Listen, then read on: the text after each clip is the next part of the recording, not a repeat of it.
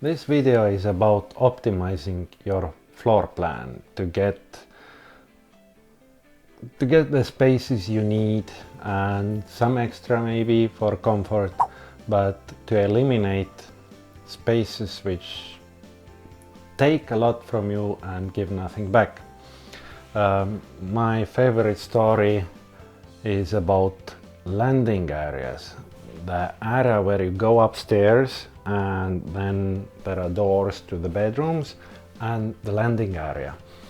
In lots of so-called average designs or average floor plans, this landing area is like 7-8 square meters big, and with today's building prices that would be around 12,000–14,000 euros just to build this landing area.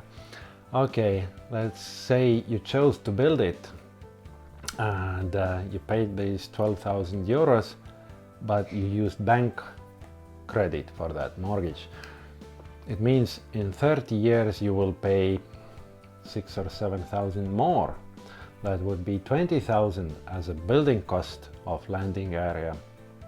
Then what do you use it for? When it's ready, you want to furnish it. Well, you buy a nice picture to the wall.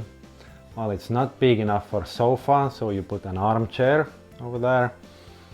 And then if you think, how often would you sit alone in an armchair in a landing area? Well, never. Your cat will take that place. In maybe 5 years time, cat has ruined the armchair. You throw it out, you pay for this disposal, and you buy the new armchair. So 30 years later, you've spent 20,000 for building it, then for heating and maintenance maybe another 7–8,000, then few thousand for new armchairs, altogether 30,000. That's 1,000 euros per year. Well, you could actually have a vacation every winter, a tropical vacation, or you could buy a new car, but you get a landing area. Good. Guest bedrooms.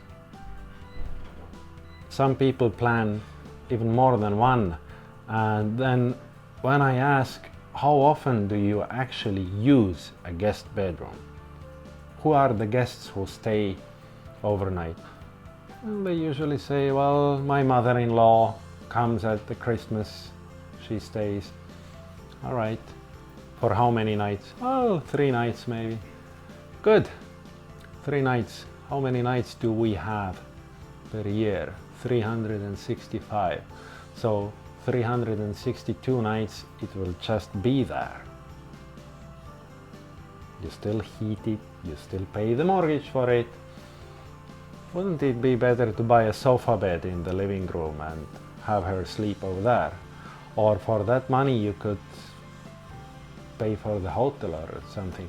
If you need extra guest space, I highly recommend to put a little guest house in your backyard, because you could rent it out through Airbnb and actually earn back some of the cost.